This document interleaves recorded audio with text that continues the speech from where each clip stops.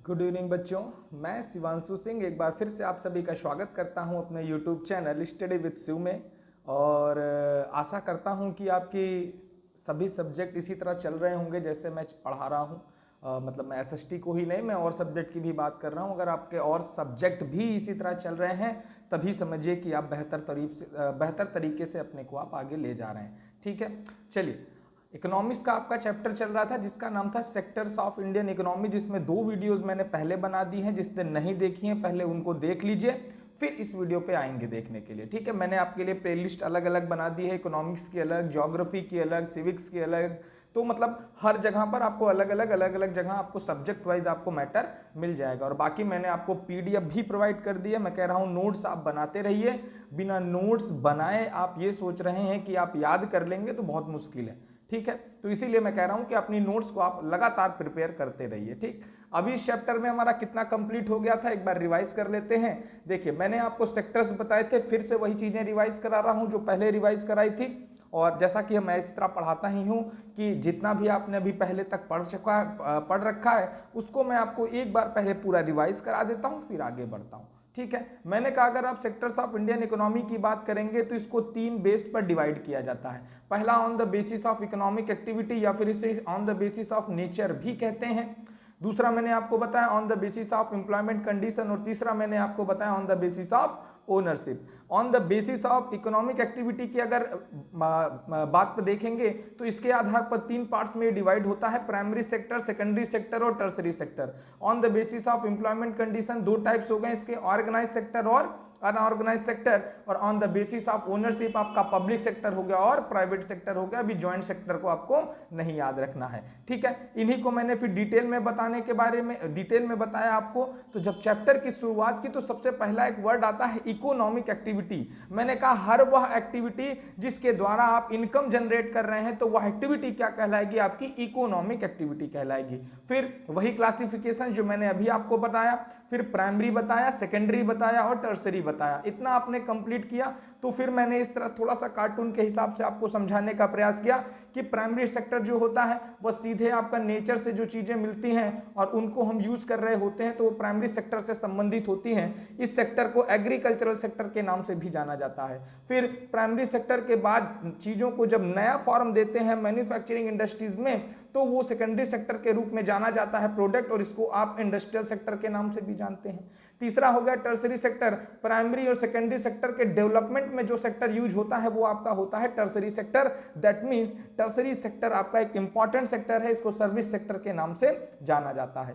इसमें और आगे बढ़े तो मैंने आपको 2 टाइप्स के गुड बताए। मैंने कहा एक इंटरमीडिएट गुड्स होता है, दूसरा होता है फाइनल गुड्स। मैंने कहा अगर इंटरमीडिएट गुड्स की बात करेंगे तो जब चीज पूरी तरह से परफेक्ट बनकर तैयार नहीं हुई है, उसको बनाने के लिए जिन जिन छोटी छोटी चीजों, जिन जिन गुड्स, जिन जिन प्रोडक्ट्स का उपयोग करना पड़ रहा है वह सब इंटरमीडिएट गुड्स में आता है। और फाइनल गुड्स का मतलब है जब इन छोटी छोटी चीजों का हमने यूज करके क्या अपना एक प्रोडक्ट तैयार कर लिया तो वो क्या कहलाता है, फाइनल गुड कहलाता है। तो मैंने कहा when products ready for service, जब हमारा प्रोडक्ट सर्विस के लिए रेडी हो जाता है तो उसे क्या कहते हैं, फाइनल गुड्स कहते हैं। इसके आगे बढ़े तो मैंने आपको जीडीपी के बारे में बताया। मैंने कहा ये इंपॉर्टेंट टॉपिक है, इसके बारे में आपको जानना जरूरी है। मैंने कहा अगर ग्रॉस डोमेस्टिक प्रोडक्ट की बात करते हैं तो the value of final good and services produces within a country during 1 year known as GDP. मैंने कहा कि एक साल के अंदर किसी एक देश के भीतर जितने भी फाइनल गुड्स और सर्विसेज का प्रोडक्शन होता है वह क्या कहलाती है, उस देश की जीडीपी कहलाती है। और हम हमेशा इस जीडीपी को निकालने में हमेशा हम किसका उपयोग करते हैं, तो हमेशा हम फाइनल गुड्स का उपयोग करते हैं, इंटरमीडिएट गुड्स का उपयोग नहीं करते हैं। ये भी बताया था क्यों, क्योंकि फाइनल गुड्स में ही इंटरमीडिएट गुड्स की वैल्यू सब जुड़ी होती है। ठीक, फिर आगे बढ़े तो मैंने आपको नोट पॉइंट में 3 पॉइंट बताए। पहला पॉइंट बताया कि लार्जेस्ट जीडीपी किस देश की है, तो यूएसए की आपकी लार्जेस्ट जीडीपी है। दूसरे नंबर पे अगर बात करेंगे तो इंडिया किस रैंक पे है, तो बात करते हैं इंडिया की 5th नंबर की लार्जेस्ट जीडीपी के रूप में जाना जाता है। और अगर इंडिया में जीडीपी मेजरमेंट की बात करेंगे कि इंडिया में जीडीपी कौन मेजर करता है, तो इंडिया में जीडीपी मेजर करने का काम कर रहा है आपका सेंट्रल स्टैटिस्टिकल ऑफिस। ठीक, फिर हम और आगे बढ़े तो हमने आपको बताया टर्सरी सेक्टर की इंपॉर्टेंस क्यों होती है, और इसको बताने के लिए मैंने आपको एक ग्राफ बनाया। ग्राफ में बताया कि कैसे 1973-74 में आपका तीनों सेक्टर में कितने परसेंट लोग थे और अब 2013-14 में तीनों सेक्टर में कितने लोग हैं। मैंने यहां से स्टार्ट किया तो मैंने कहा अगर 1973-74 की बात करते हैं तो 40% लोग जो थे, 40% जो प्रोडक्शन होता था वो आपका प्राइमरी सेक्टर से होता था। उसके बाद 13% जो प्रोडक्शन होगा वो आपका सेकेंडरी सेक्टर से और 47% जो प्रोडक्शन होगा वो आपका सर्विस सेक्टर से। पर इसको अगर कंपेयर कराएं आज मतलब 2013-14 के हिसाब से तो अब मात्र कहेंगे कि 14% जो है वो प्रोडक्शन होता है कहां पर, आपके प्राइमरी सेक्टर से। सेकेंडरी सेक्टर से 19% प्रोडक्शन होगा और सर्विस सेक्टर से आपका लगभग 67% क्या होता है, प्रोडक्शन होता है। तो ये पूरा आपको दिमाग में रखना है कि क्या होता है क्या नहीं होता है, ठीक है। ये दोनों का कंपेयर कराया गया और ये बोर्ड में क्वेश्चन आता है कि बताइए कि आप कैसे प्राइमरी सेक्टर इतने टाइम बहुत ज्यादा उपयोग में लाया जा रहा है। अब कैसे लाया जा रहा है तो वो तो आपने ये देख लिया, क्यों लाया जा रहा है, क्यों इतना ज्यादा इसका उपयोग हो रहा है, तो ये भी एक क्वेश्चन बनता है साथ ही साथ। तो उसका आंसर आपने कल पढ़ा, 4 पॉइंट में पढ़ा इसको। पहला पॉइंट ये था कि सर्विस सेक्टर में बेसिक सर्विसेज आती हैं, जैसे आपका हॉस्पिटल आ गया, स्कूल आ गया, पुलिस स्टेशन आ गया, कोर्ट आ गए, बैंक आ गए, जो किसी देश को डेवलप करने का काम करते हैं। इसी कारण आपका सर्विस सेक्टर का उपयोग सबसे ज्यादा होता है। दूसरा, सर्विस सेक्टर हमेशा डेवलपमेंट में काम करता है, किसके, एग्रीकल्चर और इंडस्ट्रियल, मतलब आपके प्राइमरी सेक्टर और आपके सेकेंडरी सेक्टर के डेवलपमेंट में हमेशा सर्विस सेक्टर का काम होता है। इसीलिए सर्विस सेक्टर इतना ज्यादा बढ़ रहा है।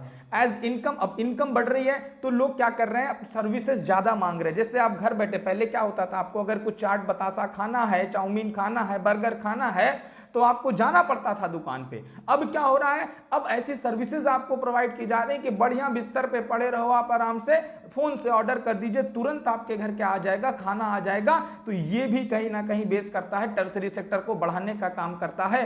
तो ये 3-4 पॉइंट आपको बताए थे कि क्यों टर्सरी सेक्टर इतना ज्यादा बढ़ रहा है इस समय, ठीक। तो इतना मैंने आपको कल बता दिया था। आज हम इसके आगे बढ़ेंगे, आज मतलब रिवीजन आपका कंप्लीट हो गया, आज हम इसके आगे बढ़ेंगे, देखते हैं क्या है। तो आपने लिखा है share of sectors in employment. इससे पहले जो आपने ग्राफ पढ़ा था वो प्रोडक्शन बेस्ड था, ठीक है, कि किस सेक्टर में कितना प्रोडक्शन हो रहा है, वो इससे पहले वाला ग्राफ था। अब यहां वाला जो ग्राफ आप पढ़ने जा रहे हैं वो एम्प्लॉयमेंट, मतलब कौन सा सेक्टर कितना ज्यादा रोजगार दे रहा है, इसके बारे में बात करेंगे, ठीक है। तो लिखा है we can find the importance of tertiary sector in employment by comparing the employment in 1977 and employment of 2017-18। Simple सा कह रहा है कि हम अगर इसमें भी कंपेयर करा है 1977-78 की बात करते हैं और 2017-18 की बात करते हैं, तो दोनों में अगर देखते हैं हम तो टर्सरी सेक्टर कहीं ना कहीं ज्यादा, अगर कंपेयर कराएंगे तो कहीं ना कहीं टर्सरी सेक्टर में लोग ज्यादा एम्प्लॉयमेंट पा रहे हैं। तो याद रखना है आपको, अगर प्रोडक्शन की बात होती है तो प्राइमरी सेक्टर, और एम्प्लॉयमेंट कौन सबसे ज्यादा कर रहा है तो एम्प्लॉयमेंट सबसे ज्यादा कौन कर रहा है, आपका टर्सरी सेक्टर, ठीक है। देखिए यहां पर देखते हैं, देखिए आपने एम्प्लॉयमेंट दिखा है, तीनों में हमने कंपेयर कराया है कि अगर 71%, मतलब यहां से ग्राफ में देखते हैं तो ज्यादा बेहतर समझ में आएगा। देखिए ये लिखा है, आप अगर 1977-78 की बात करते हैं तो ज्यादातर लोग खेती या एग्रीकल्चर पर बेस्ड थे, जिस कारण लगभग 71% जो एम्प्लॉयमेंट थी वो प्राइमरी सेक्टर से आती थी। उसके बाद 11, क्योंकि फैक्ट्रीज इंडस्ट्रीज ज्यादा थी नहीं, तो 11% जो एम्प्लॉयमेंट आती थी वो आपकी सेकेंडरी सेक्टर से आती थी, और बाद में मात्र 18% ही, क्योंकि बैंक्स भी ज्यादा नहीं थे, हॉस्पिटल्स भी ज्यादा नहीं थे, स्कूल्स भी ज्यादा नहीं थे, तो मात्र 18% आपकी जो एम्प्लॉयमेंट थी वो आपकी किससे थी, आपकी कहीं ना कहीं टर्सरी सेक्टर से संबंधित थी। पर अगर आप 2017-18 की बात करते हैं तो देख रहे हैं कि अभी भी प्राइमरी सेक्टर सबसे ज्यादा एम्प्लॉयमेंट दे रहा है, 44%। मैंने कहा ना अगर एम्प्लॉयमेंट की बात करेंगे, ठीक है, अगर उल्टा बोल दिया था तो दिमाग में रखिएगा, अगर आप एम्प्लॉयमेंट की बात करेंगे तो इतने टाइम एम्प्लॉयमेंट सबसे ज्यादा प्राइमरी सेक्टर दे रहा है। क्यों? क्योंकि क्षेत्र कम है और उसमें काम करने वाले लोग ज्यादा हैं, एग्रीकल्चर में काम करने वाले लोग ज्यादा हैं, ठीक है। तो 44% आपका एम्प्लॉयमेंट कौन दे रहा है, आपका प्राइमरी सेक्टर, 25% आपका एम्प्लॉयमेंट दे रहा है कहीं ना कहीं सेकेंडरी सेक्टर, और मात्र 31% जो एम्प्लॉयमेंट दे रहा है वो आपका टर्सरी सेक्टर दे रहा है। तो एम्प्लॉयमेंट देखिए, प्रोडक्शन की बात करेंगे तो प्रोडक्शन सबसे ज्यादा, अगर प्रोडक्शन की बात करेंगे तो प्रोडक्शन सबसे ज्यादा किस सेक्टर में हो रहा है, तो प्रोडक्शन सबसे ज्यादा टर्सरी सेक्टर में हो रहा है। और अगर एम्प्लॉयमेंट की बात करेंगे तो एम्प्लॉयमेंट अभी भी सबसे ज्यादा किस में हो रहा है, तो एम्प्लॉयमेंट अभी भी सबसे ज्यादा प्राइमरी सेक्टर में देखने को मिलता है। ठीक है, तो वो जो ग्राफ बता रहे थे वो हम प्रोडक्शन के हिसाब से बता रहे थे, ये जो ग्राफ है ये एम्प्लॉयमेंट के हिसाब से है। तो दोनों को अलग अलग दिमाग में रखना है, प्रोडक्शन के हिसाब से अलग ग्राफ चलता है और आपके एम्प्लॉयमेंट के हिसाब से अलग ग्राफ चलता है। प्रोडक्शन में सबसे ज्यादा प्रोडक्शन कौन कर रहा है, तो टर्सरी सेक्टर आपने देखा 67% आपका टर्सरी सेक्टर प्रोडक्शन कर रहा है।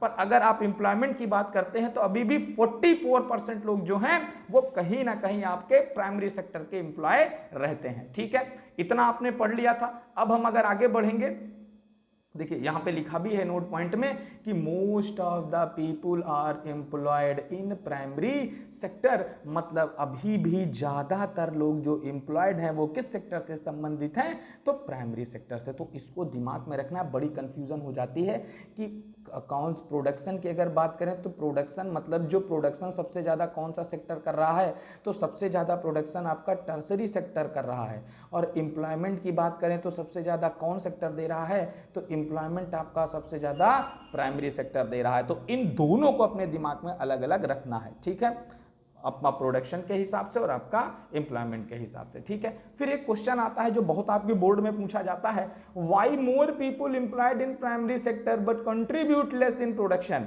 अब वही क्वेश्चन हो गया जो अभी तक मैं आपको बता रहा था, कह रहा है भैया ऐसा क्यों है कि लोग एम्प्लॉय ज्यादा है प्राइमरी सेक्टर में पर प्रोडक्शन कम है प्राइमरी सेक्टर में।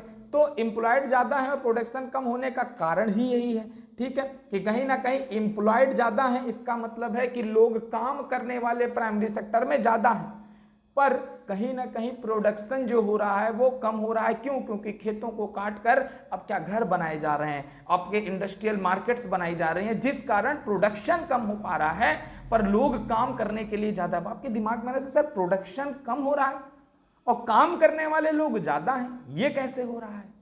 कि एक ही घर में किसानी करने वाले एक नहीं कम से कम 5-6 लोग होते हैं। वही जो मैंने बताया डिस्गस्ड एम्प्लॉयमेंट, अगर आपको याद हो मैंने 9th में आपको बताया था, इसी से संबंधित है। ठीक है, जिस कारण खेतों में या कहीं भी प्राइमरी सेक्टर में, अब मान लीजिए आपके पूरी डेयरी का है, आपने कोई फॉर्म खोल रखा है, डेयरी का फॉर्म खोल रखा है, तो उसका बेस पर पूरा घर है आपका और कोई एम्प्लॉय नहीं करता है, आपका जो बेसिक है वही चल रहा है, तो पूरे घर का एम्प्लॉयमेंट उसी में ऐड हो जाएगा। कि पूरे घर में एम्प्लॉयमेंट कहां से आ रहा है, तो आपका डेयरी से आ रहा है, और डेयरी में जो मिल रहा है वो प्राइमरी सेक्टर का प्रोडक्ट है, इसीलिए प्राइमरी सेक्टर में एम्प्लॉयमेंट ज्यादा होता है। ठीक, तो ये याद रखिएगा। प्रोडक्शन ज्यादा कहां पर होता है, तो प्रोडक्शन ज्यादा टर्सरी सेक्टर में होता है, ना कि प्राइमरी सेक्टर में। और यही क्वेश्चन है कि क्यों प्राइमरी सेक्टर में प्रोडक्शन कम है और एम्प्लॉयड वहां पर ज्यादा है, तो यही आपको बताना है। तो इसको पढ़ लेते हैं, क्या कह रहा है भाई, एक बार पढ़ के इसको समझाने का प्रयास करते हैं।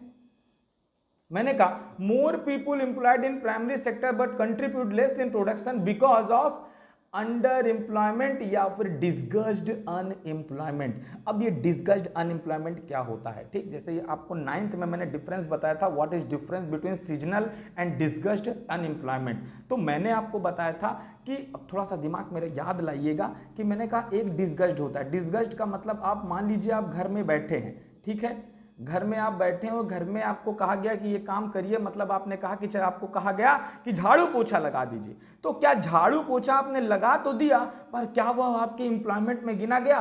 क्या वो उससे आपकी कोई इकोनॉमिक एक्टिविटी हुई? क्या कोई इनकम जनरेट हुई? नहीं हुई। तो क्या कह रहे हैं, ऐसा ही एम्प्लॉयमेंट जिसमें बहुत सारे लोग काम तो कर रहे होते हैं पर एक्चुअल में उनको एम्प्लॉयड वर्कर के रूप में नहीं गिना जाता है, तो ऐसा अनएम्प्लॉयमेंट जो होता है वो डिस्गस्ड होता है। ठीक है, क्या लिखा है देख लेते हैं। तो आपको यही बोलना है क्यों ऐसा हो रहा है, तो इसका रीजन है अंडर अनएम्प्लॉयमेंट। मात्र एक ही रीजन आपको लिखना है कि ऐसा क्यों हो रहा है कि प्राइमरी सेक्टर में एम्प्लॉयड ज्यादा है, प्रोडक्शन कम है, तो इसका कारण है अंडर एम्प्लॉयमेंट, या फिर इसे डिस्गस्ड अनएम्प्लॉयमेंट के नाम से भी जाना जाता है। अब अंडर एम्प्लॉयमेंट या डिस्गस्ड एम्प्लॉयमेंट होता क्या है, डिफिनेशन से, under employment is a hidden in contract to someone to does does not have a job and clearly visible as unemployed. मतलब सिंपल सा है कि एक खेत में काम करने वाले लोग, मतलब एक खेत में जितने लोग चाहिए वो 5 चाहिए, मान लीजिए 5 लोग चाहिए,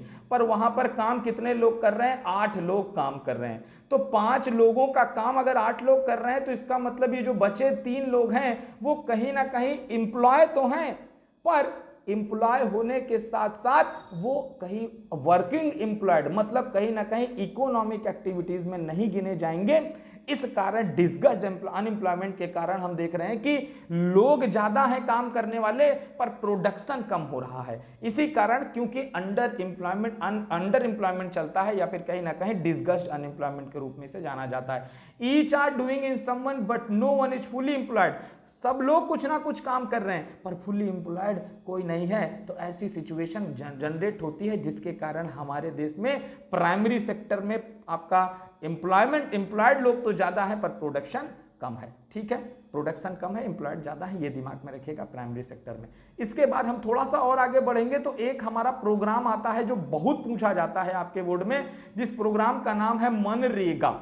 ठीक है, मनरेगा शायद आपने सुना होगा कि सरकार के द्वारा जॉब आपको प्रायोरिटी दी जाती है कि नहीं आपको जॉब मिलेगी ही मिलेगी, तो ये गारंटी एक्ट है। तो सबसे पहला क्वेश्चन आता है कि इसका आपसे पूछ लिया जाता है फुल फॉर्म। तो भैया मनरेगा का फुल फॉर्म क्या होता है? तो मनरेगा का महात्मा गांधी नेशनल, ठीक है, महात्मा MGNREGA, इसका जो पूरा MEMGNREGA,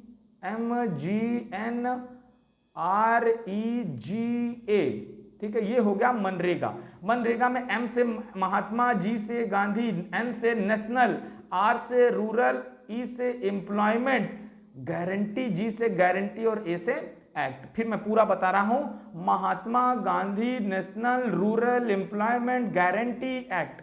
ठीक है, फिर से बता रहा हूं, सब एकदम रट लेना इस नाम को क्योंकि फुल फॉर्म पूछा जाता है। तो मनरेगा का मतलब है Mahatma Gandhi national rural employment guarantee act. इसका मतलब है कहीं ना कहीं आपको गारंटी है कि आपको कोई ना कोई एम्प्लॉयमेंट, मतलब कोई ना कोई आपको रोजगार दिया जाएगा। ये अब एक मनरेगा लाया था, क्या है ये देख लेते हैं। इट इज महात्मा गांधी, आपने जान लिया पूरा नाम। This program was launched in 2005 in 625 districts. तो सबसे पहले कब लॉन्च हो रहा है? तो ये प्रोग्राम आ रहा है 2005 में।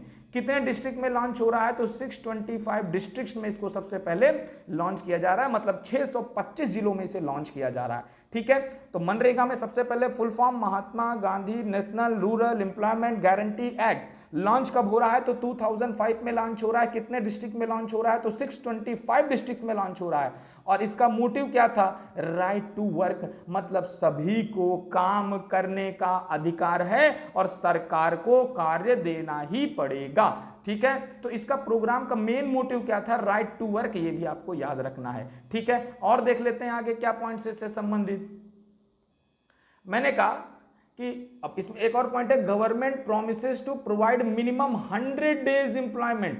ठीक है, मिनिमम 100 दिन का एम्प्लॉयमेंट देगी in rural areas. Then government fails to provide employment, it will give allowance to people. अगर एम्प्लॉयमेंट नहीं दे जाती है तो उन्हें अलाउंस का मतलब होता है भत्ता। भत्ता का मतलब होता है बिना काम किए पैसा मिलेगा ही मिलेगा। ठीक है, अब एक बार फिर से जान लेते हैं कि क्या है। ठीक है, मैंने कहा मनरेगा की हम बात कर रहे थे, चलिए मनरेगा को थोड़ा सा अलग पढ़ लेते हैं कि मनरेगा का क्या मतलब है।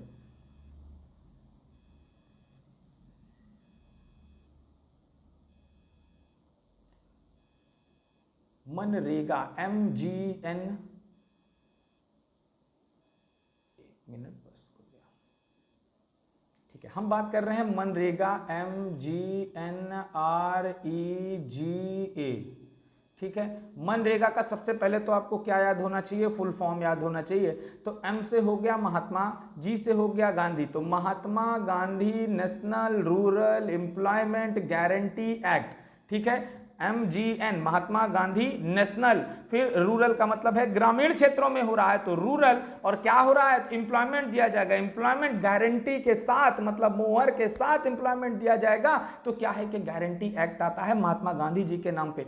कब आता है? तो 2005 में इसे लॉन्च किया जाता है। तो पहला इंपॉर्टेंट चीज, कितने डिस्ट्रिक्ट में? तो शुरुआत में इसे 625 डिस्ट्रिक्ट में लॉन्च किया जाता है।